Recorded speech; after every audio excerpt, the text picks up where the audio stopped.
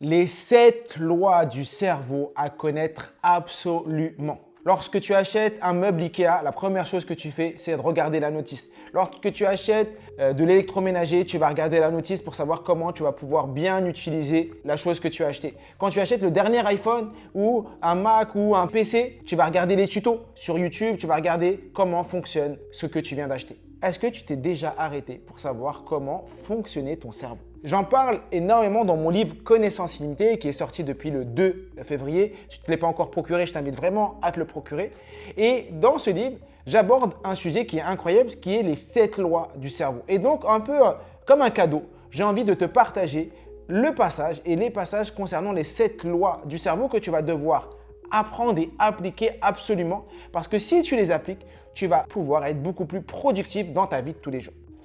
Une des choses que tu dois savoir sur le cerveau, c'est que le cerveau efface. Ça, c'est la première loi. Que tu le veuilles ou pas, quand tu apprends quelque chose, avec le temps, le cerveau va effacer. C'est naturel. Il efface toujours, toujours, toujours. Et donc, quand tu prends conscience de ça, déjà, tu arrêtes de culpabiliser parce que quand tu ne retiens pas quelque chose. Et la deuxième chose, qu'est-ce que tu vas faire? Tu vas répéter l'information. Le fait de répéter l'information va permettre à ton cerveau de se dire « Oh, c'est quelque chose d'important et donc j'ai besoin de le garder ». Ça, c'est la première loi. Bien sûr, je vais te donner chacune des lois et si tu as envie d'aller beaucoup plus loin sur les lois, si tu as envie d'avoir beaucoup plus de détails, je t'inviterai à prendre le livre. Le but, c'est déjà de te partager les lois.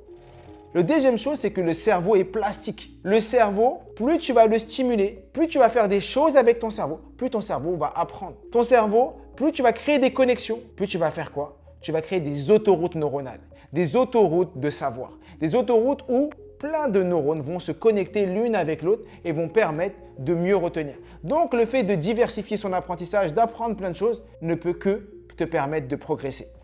La troisième chose dans les lois du cerveau, c'est que le cerveau n'est pas multitâche. Malheureusement, quand tu fais plein de choses en simultané, si tu fais 4 choses en même temps, tu es que à 25% dans chacune des tâches. Même si tu me dis « Non, mais je sais que moi, je peux faire plein de choses. » Non, c'est complètement faux. Quand tu fais plein de choses en même temps, ton niveau d'attention est divisé. Tu es un peu à droite, un peu à gauche, un peu partout. Tu n'es pas à 100% dans ce que tu fais. Et ça, c'est une grosse erreur. C'est vraiment une très, très grosse erreur pour toi. Peut-être que là, tu es en train d'écouter ma vidéo YouTube et en train de faire plein d'autres choses. En soi, tu ne profites pas à 100% de la vidéo YouTube. Oui, tu ne profites pas à 100% parce que malheureusement, tu es à plein d'endroits différents.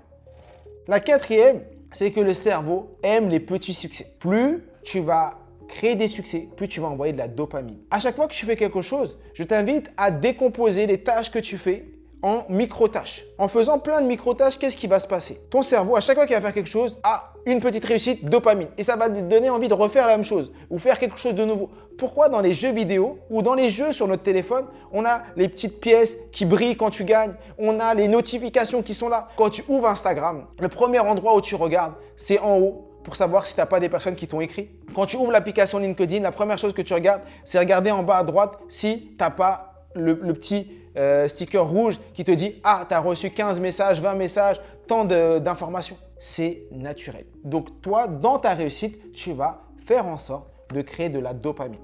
On va avancer et je vais te partager les 3 autres clés et lois du cerveau. Mais si cette vidéo te plaît, je t'invite vraiment à liker, à commenter et à me dire à la fin si tu as des lois que je n'ai pas citées, que tu penses être très puissantes pour le cerveau, mets-les-moi en commentaire. Si tu as des questions, n'hésite pas à me les poser, on répond et je réponds personnellement à chacune des questions qui me sont posées. Et je réponds à chacun des commentaires. On répond à chacun des commentaires. Donc, écris-nous en dessous, on te répondra tout simplement. Et bien sûr, donne-nous de la force, procure-toi ce livre et partage-le autour de toi pour que la connaissance illimitée se développe à un maximum de gens. La 5e loi du cerveau, c'est que le cerveau travaille quand on ne le sait pas. Ça veut dire quoi? Ça veut dire qu'il va falloir prendre des pauses. Des fois, les pauses s'imposent. Plus tu prendras des pauses, mais stratégiques, et j'en parle à l'intérieur de ce livre avec la méthode Pomodoro, plus tu prendras des pauses stratégiques, plus tu sortiras de ce que tu es en train de faire la tête dans le guidon, plus tu prendras des moments où tu fais rien, plus tu auras des idées incroyables. Plus ton cerveau te proposera des choses, plus ce sera puissant. Et donc, il va falloir à certains moments s'arrêter, se dire « je fais rien, je me repose, je m'arrête ».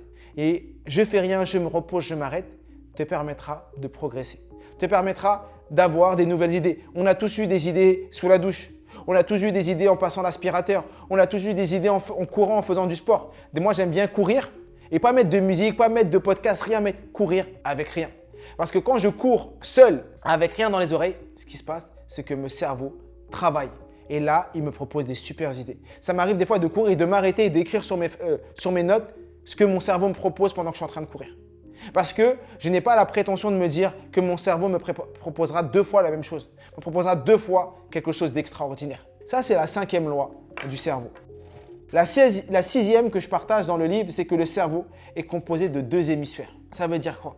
C'est que c'est une vision métaphorique. On a le cerveau droit, on a le cerveau gauche et on utilise tous les 2 cerveaux. Quand je dis une vision métaphorique, c'est certains disent qu'on est plus cerveau droit, d'autres cerveau gauche. Ça, c'est un mythe. On a tous nos 2 cerveaux et on utilise tous ces 2 cerveaux tout simplement. Mais certaines personnes vont plus s'orienter vers l'aspect artistique, émotionnel et d'autres vont plus s'orienter vers l'aspect carré, rigueur, scientifique.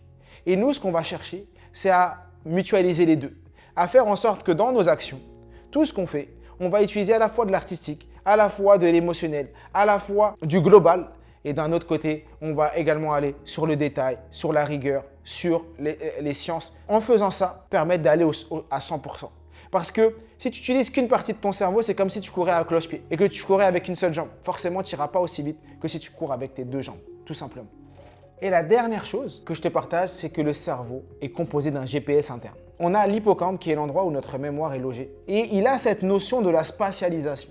Et c'est pour ça que quand on utilise le mind mapping, quand on utilise des méthodes comme le pavé de la mémoire ou des méthodes qui te permettent de spatialiser l'information, en vrai, tu utilises une fonction de ton cerveau qui est le GPS interne de ton cerveau. Et que malheureusement, beaucoup de personnes n'utilisent pas. Parce que comme ils ne le savent pas, ils vont utiliser que d'autres parties de leur cerveau. Alors que l'hippocampe, notre GPS interne, est très puissant pour la mémorisation. Et donc, utiliser ce GPS interne pour mémoriser en utilisant des bonnes stratégies. Et c'est ça les lois du cerveau. Quand tu te rends compte que tu as un GPS interne, quand tu te rends compte que tu peux travailler avec ton cerveau droit et ton cerveau gauche, que tu dois répéter l'information régulièrement, que ton cerveau n'est pas multitâche et que plus tu vas faire des choses, plus il va avoir une plasticité, eh bien tu connais des lois qui te permettront de trouver les bonnes stratégies pour apprendre, tout simplement. Donc si cette vidéo t'a plu, si tu as appris des choses, je t'invite vraiment à soutenir ce projet. Sous la vidéo, je te mets le lien vers le livre. Je t'invite vraiment à le procurer. En plus, tu as des cadeaux. On t'a mis des cadeaux, tout simplement. Je t'invite vraiment à te procurer ce livre. Ça, c'est la première chose. À partager cette vidéo à un maximum de gens pour faire en sorte que la connaissance illimitée se démocratise.